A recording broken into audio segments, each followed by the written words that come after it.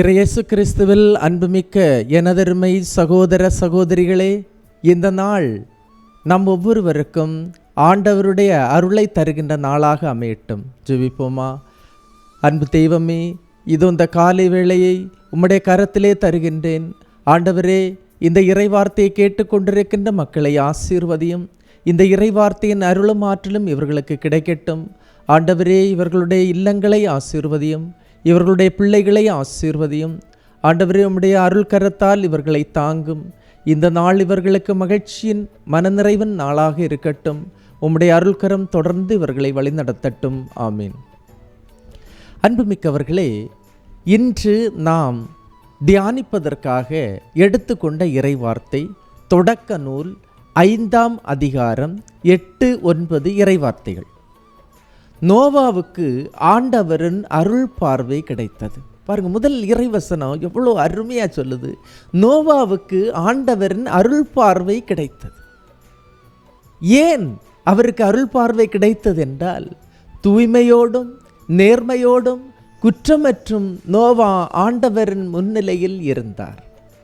யாருக்கு ஆண்டவரின் அருள் பார்வை கிடைக்கும் என்றால், தூய்மையோடும் நேர்மையோடும் குற்றமற்று வாழும்போது ஆண்டவரின் அருள் பார்வை கிடைக்கிறது. கடவுளை காண்பவர்கள் கனிவுடையோர், அதாவது தூய்மையான உள்ளத்தை கொண்டிருப்பவர்கள் கடவுளை காண்பார்கள்.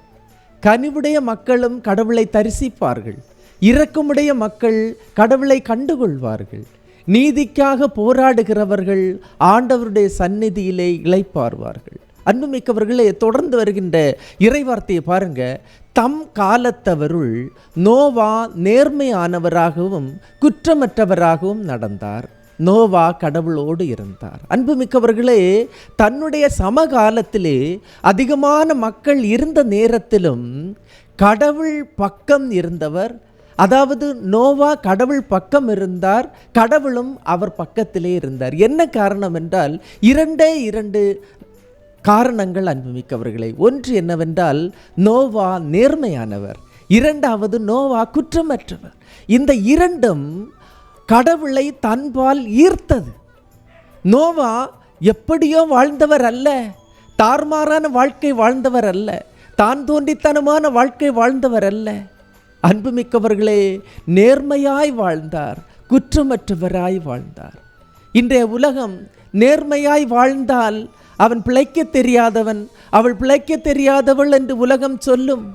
இன்று ஒரு குற்றமற்ற ஒரு மனிதர் ஒரு வாழ்க்கை வாழும்போது இவன் யோக்கியனா, இவன் புனிதனா அப்படின்னு சொல்லி இந்த உலகம் நம்மை பார்த்து எள்ளி நகையாடும். அப்படிப்பட்ட உலகத்தில் தான் வாழ்ந்து கொண்டிருக்கின்றோம். அன்புமிக்கவர்களே, உலகம் அழிந்து கொண்டிருந்தது. கடவுள் உலகத்தை அழிப்பேன் என்று சொன்னார். அந்த அழிந்து கொண்டிருந்த உலகத்திலே நோவா காப்பாற்றப்பட்டார். கடவுளால் அவர் என்ன செய்தார் என்றால், அவர் அங்கீகரிக்கப்பட்டு அவர் காப்பாற்றப்பட்டு அடுத்த தலைமுறைக்கு அவர்தான் தந்தையாக இருந்தார். அன்புமிக்கவர்களே, இன்று நாம் கடவுளோடு நடப்போமா? நேர்மையோடு நடப்போமா? குற்றமற்றவராக நடப்போமா? ஆண்டவருடைய அருளையும் ஆசிரியரையும் சம்பாதிப்போமா? நோவாவை போன்று கடவுளோடு இருந்தார், கடவுளும் அவரோடு இருந்தார். இன்றைய நாள் மகிழ்ச்சியின் நாளாக இருக்கட்டும். ஆண்டவரோடு நடந்து உங்களுடைய வாழ்வை தொடர்ந்து நீங்கள் பயணியுங்கள். ஆண்டவர் உங்களை நிறைவாய் ஆசீர்வதிப்பார். எல்லாம் வல்ல இறைவன், தந்தை, மகன், தூய ஆவியார் உங்களையும் உங்கள் குடும்பத்தையும் நிறைவாய் ஆசீர்வதிப்பாராக. ஆமீன். இயேசுவுக்கே புகழ், இயேசுவுக்கே நன்றி. மரியே வாழ்க.